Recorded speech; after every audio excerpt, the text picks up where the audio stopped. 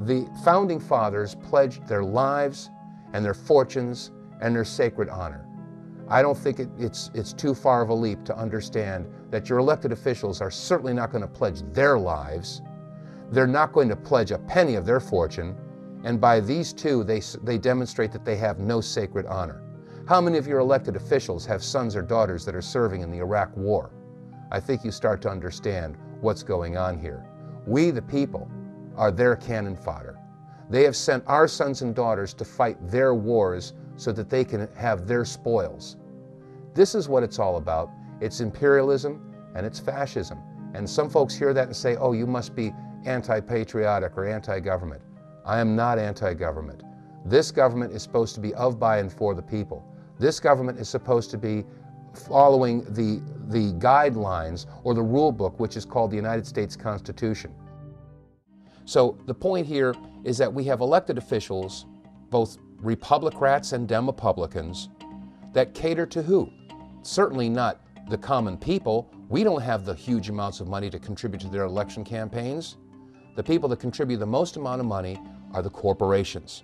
And so that representative or senator is going to do what is going to be in the best interest of those corporations. So if the corporations are controlling and influencing our elected officials, we must also take a look at the mainstream media. Who pays the bulk of the advertising dollars that keep the mainstream network news going? Is the major corporations. So what we have now is we have corporate control of elected officials, corporate control of the media, and this is why some people are now calling it the corporate Borg, because they have assimilated several different areas of our entire society. The corporations control agriculture, technology, manufacturing, industry, education, communication. They control our elected officials. This is not a government of, by, and for the people. It is a government of, by, and for the corporation. And by definition, when business controls government, that is inescapably fascism. And finally, new rule in the upcoming sequel to Wall Street, Wall Street 2, In Search of Curly's Gold Card. Gordon Gekko must say, on second thought, greed isn't good. In fact, it's the common thread that runs through all of the problems this country faces, from financial meltdown to healthcare to climate change. Americans will do anything to each other for money. Now, last week we found out that American personnel in Iraq are being electrocuted in the shower because shoddy electrical work is cheaper. How can one American kill another American to save a little money on wire? Oh, I forgot, I'm sorry. We're the greatest people in the world. Politicians always tell us we are, and that's how you know it's a lie. They say, if only we had a government as good as the people. Unfortunately, we do.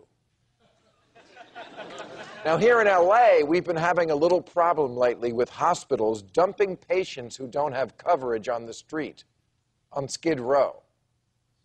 Who acts like this? Everybody doesn't act this way. This wouldn't happen in Sweden because they're just not as obsessed with money. I can't imagine ABBA putting out a record called Get Rich or Die Trying.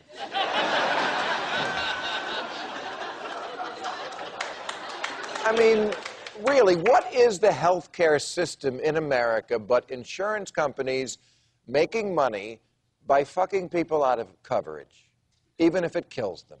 Which it does, at least $20,000 a year. And now Congress has taken the single-payer option off the table. Why? Because competition from the government might make corporations sad.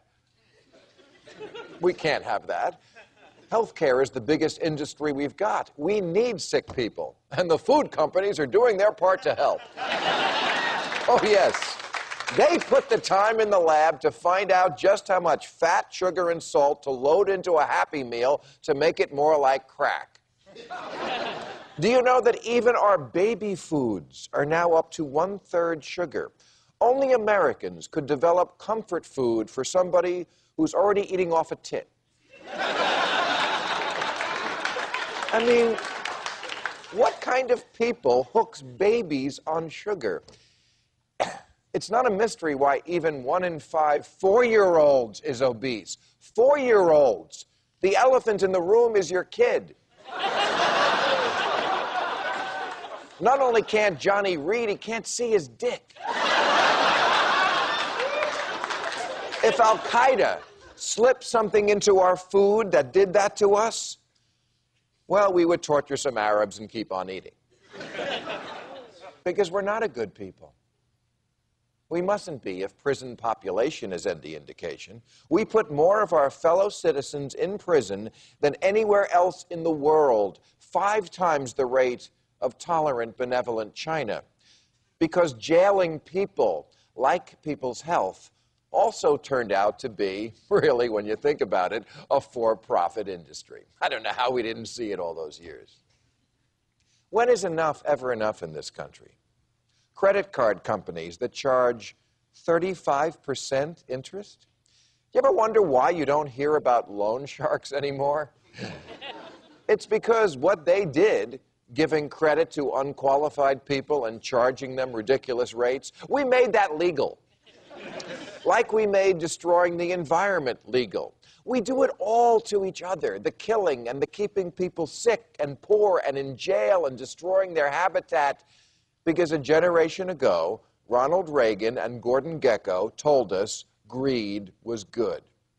Humans have always been greedy, but they never convinced themselves it was good. Thank you. Thank you, Madam Speaker. Madam Speaker, I have a few questions for my colleagues. What if our foreign policy of the past century is deeply flawed and has not served our national security interests?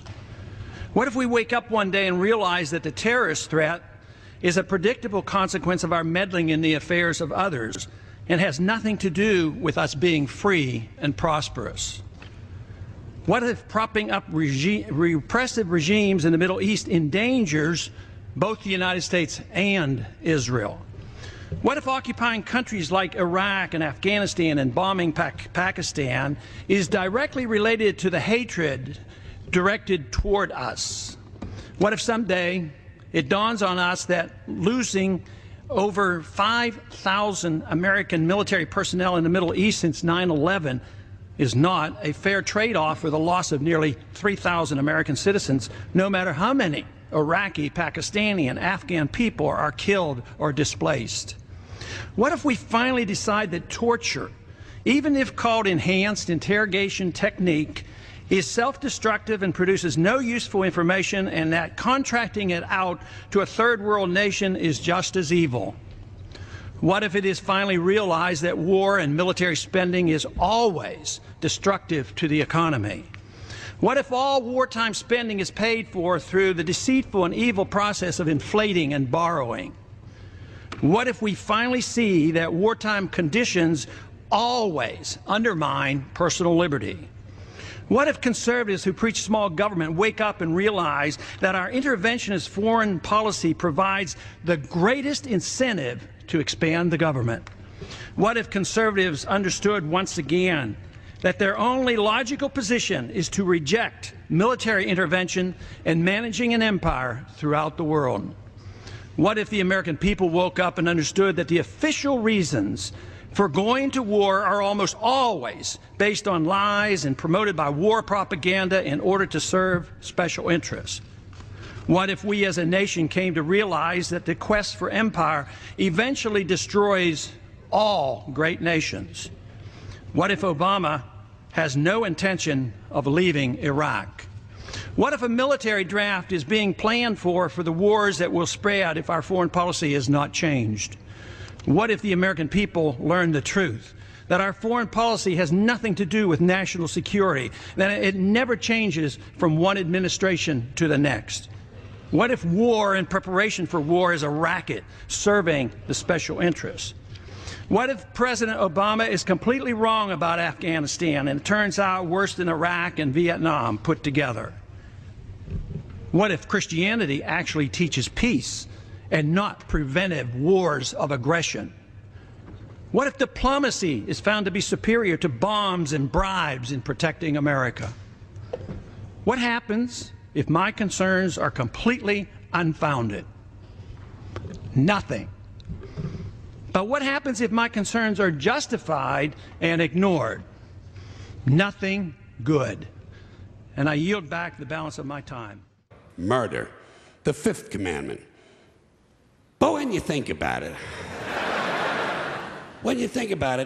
religion has never really had a big problem with murder. Not really. More people have been killed in the name of God than for any other reason. All you have to do, sure.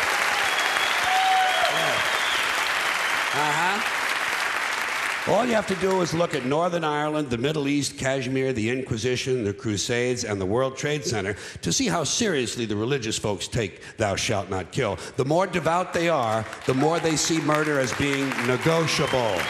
It's negotiable, you know? It depends. It depends. It depends on who's doing the killing and who's getting killed. So, with all of this in mind, I leave you with my revised list of the 2 commandments. Thou shalt always be honest and faithful to the provider of thy nookie. And thou shalt try real hard not to kill anyone, unless, of course, they pray to a different invisible man from the one you pray to. 2 is all you need. Moses could have carried him down the hill in his fucking pocket. And if they had a list like that, I wouldn't mind those folks in Alabama putting it up on the courthouse wall. As long as they included one additional commandment, thou shalt keep thy religion to thyself. The US is losing an information war to alternative media outlets, including RT. That's the message from Hillary Clinton to Congress members who are questioning the State Department's $47 billion budget request for next year. And as RT's Gane Chichikian reports, the US Secretary of State says Washington needs to step up its propaganda efforts. Hillary Clinton was defending her department budget in Congress. She says a major reason the State Department needs money is because the U.S. is losing the information war. And among those media who are winning that war, Hillary Clinton named RT. I'll be very blunt in my assessment. Al Jazeera is winning. The Chinese have opened up a global English language and multi-language television network. The Russians have opened up an English language network. I've seen it in a few countries, and it's quite instructive. Mrs. Clinton says she's leading an effort to spread U.S. propaganda through new media, with Twitter feeds in Arabic and Farsi. But on global stage, the U.S. trails when it comes to television. She basically said the U.S. should step up propaganda efforts and get back, quote, in the game of doing, quote, what we do best.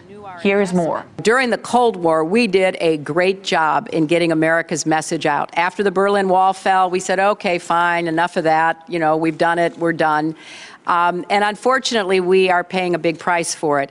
And our private media cannot fill that gap. In fact, our private media, particularly cultural programming, often works at counter purposes to what we truly are as Americans and what our values are. I remember having an Afghan general tell me that the only thing he thought about Americans is that all the men wrestled and the women walked around in bikinis, because the only TV he ever saw was Baywatch and Worldwide Wrestling. Some 5 years ago, Western media outlets, including BBC and CNN, basically had a monopoly in the coverage of world news. Things have changed a lot since then. More and more viewers across the world tune into various foreign media to get a fresh take on the events. RT presence on YouTube, for example, is a real hit, almost 300 million views. CNN has something like 3 million.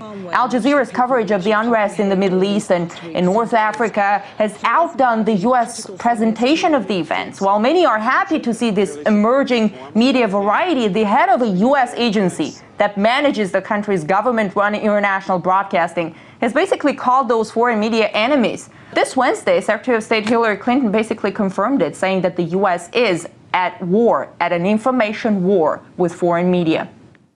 Now, the US is being left behind in the global media race because the country isn't committed to freedom of speech. That's according to investigative journalist Danny Schechter.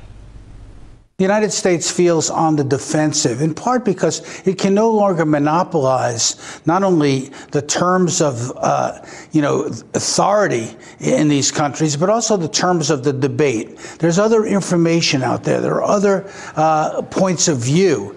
And those points of view are profoundly damaging to a country that believes that its point of view is the only point of view, or should be the only point of view. So Hillary Clinton one day is defending the internet, the next day the administration is proposing all kinds of regulations and ways to cut off the internet if possible.